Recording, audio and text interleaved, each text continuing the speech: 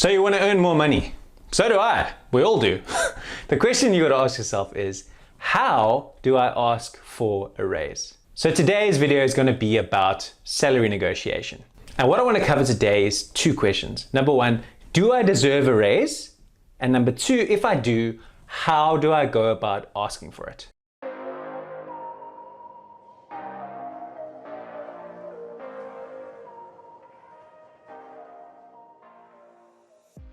The thing I come across a lot is people feel that they shouldn't have to ask. I have, in my career, received 100% of the raises that I asked for, and I have received 0% of the raises I did not. It is just one of those things where if you don't ask, you don't get. And funny enough, what tends to happen is the people that don't deserve raises tend to ask for them, and the people that do tend not to. Don't be one of those hardworking, deserving people that keeps quiet, expects it to just happen, and gets more and more bitter and resentful.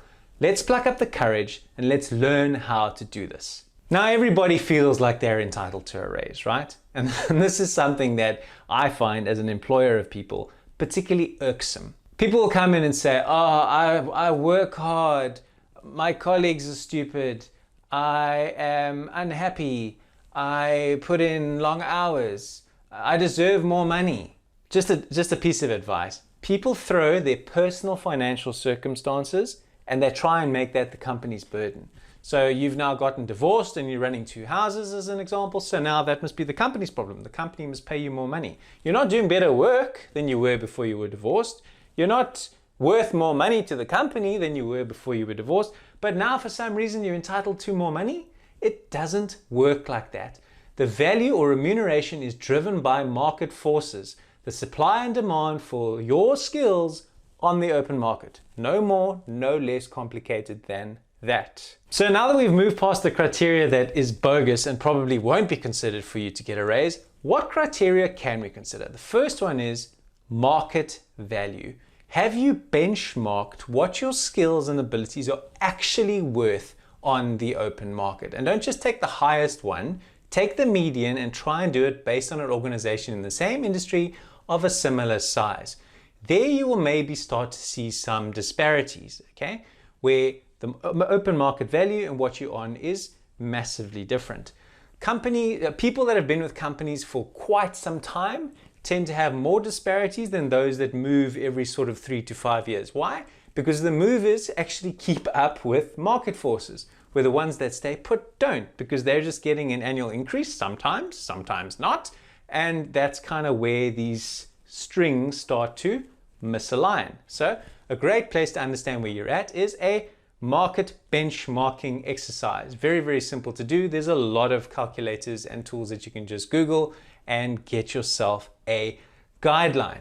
How much attention is your boss or whomever you take this to going to pay to that guideline? Not that much. So we need to start stacking our arguments. This is where the next thing comes in. What is your bargaining position? Are you a key person within the organization? Do you do outstanding work? The way I like to think about are you a key person within the organization is, how long would it take for the organization to recover if you disappeared tomorrow? Nobody's indispensable. And that is an absolutely true comment. Steve Jobs has passed away. Apple is still going strong. There is a change that will naturally progress, and certain things that you perhaps did will be done in different ways, but the show and the organization will go on. So do not kid yourself. You are not indispensable, but you are potentially key personnel. Somebody that the organization would really dread possibly losing. So do you have a strong level of bargaining power? Is it going to be worthwhile for the organization to try and retain your skills or possibly face the risk of losing you? An important caveat here is a salary negotiation is not an ultimatum. You do not sit down and say, give me a raise or else. Because if that happened to me as somebody who makes these kinds of decisions in executive capacity role, I will then simply say, you must go. Because there is no upside to being dictated to by one of the staff in the organization, because if you let it happen once, then it's going to happen again and again. That is the time when you quickly realize, as an employer of people, it is time to cut that person loose. So be careful in the way that you approach this. So once you've benchmarked your market value and you've ascertained whether you're a key person or not, the third question is, have you grown your skills? And now, have you gone and got yourself another qualification so that you become more valuable on the open market? Or have you learned to do more things since you've been at the company? In other words, put simply, are you more valuable today than you were when you started? Because this really strengthens your case. If you can say, when I got here, I was worth X. This hasn't grown much, and yet my value and my contribution has. So there is a disconnect. Therefore, a raise is going to put me back where I should be. That is a solid, logical, objective argument. You can say, I'm contributing more, I'm worth more, I'm qualified to do even more. By the way, I've just recently made a video on how to negotiate salary when you've received a new job offer. That might be of interest to you. The card's over here somewhere.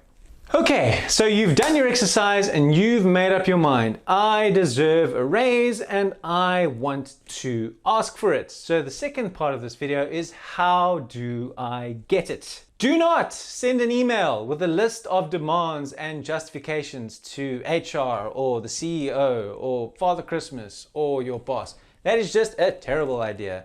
The other thing you don't do, and this is something that I have done, is you list it as grievances. A discussion. Because if you do, Groot and your bookshelf start to attack you. So do not list it as grievances. A discussion around your remuneration is not a grievance. A grievance is reserved for things that are genuinely making working for the organization unbearable. Don't make this mistake. This guy did.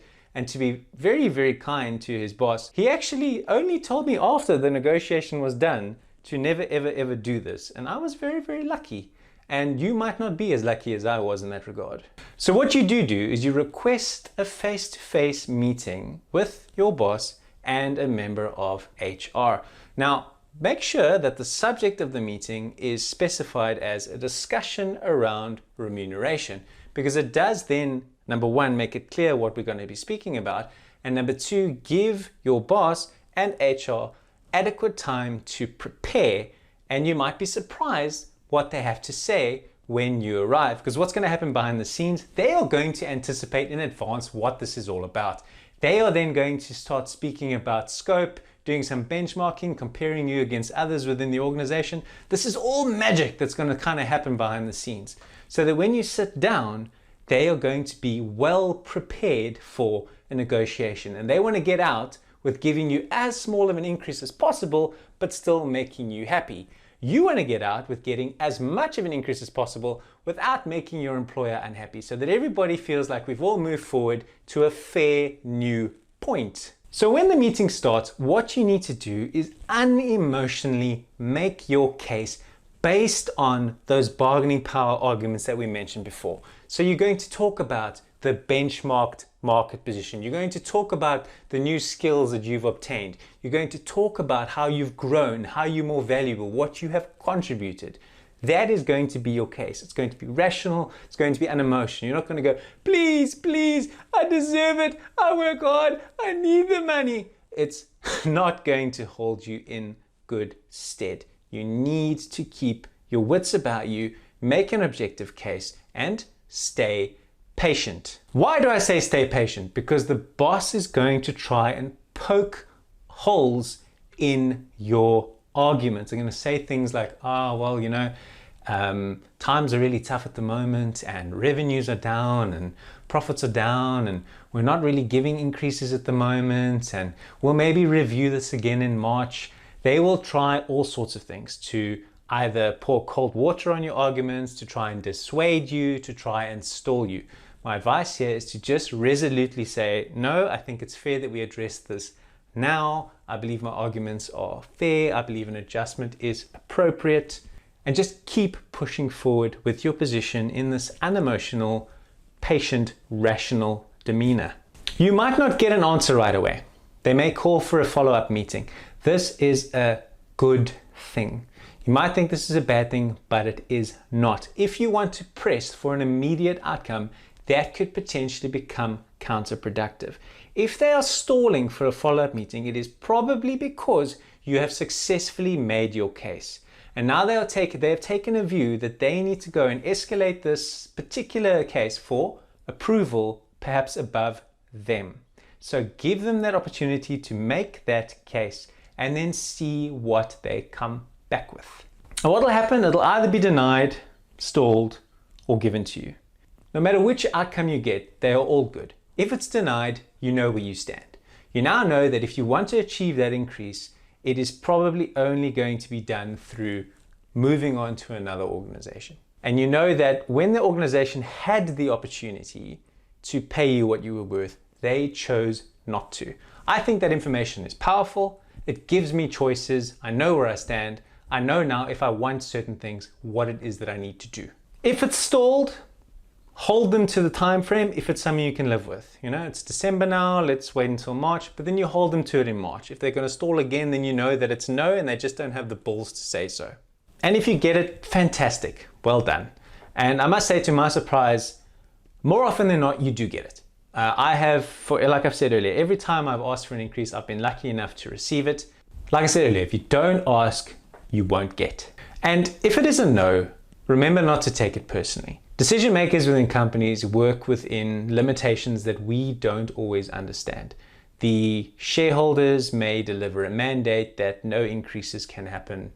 And this is just something that, as a decision maker, maybe your boss really wants to give you this increase, but they're just not in a position to do so. I hope you found today's advice useful. I hope you do find the courage to ask for a raise.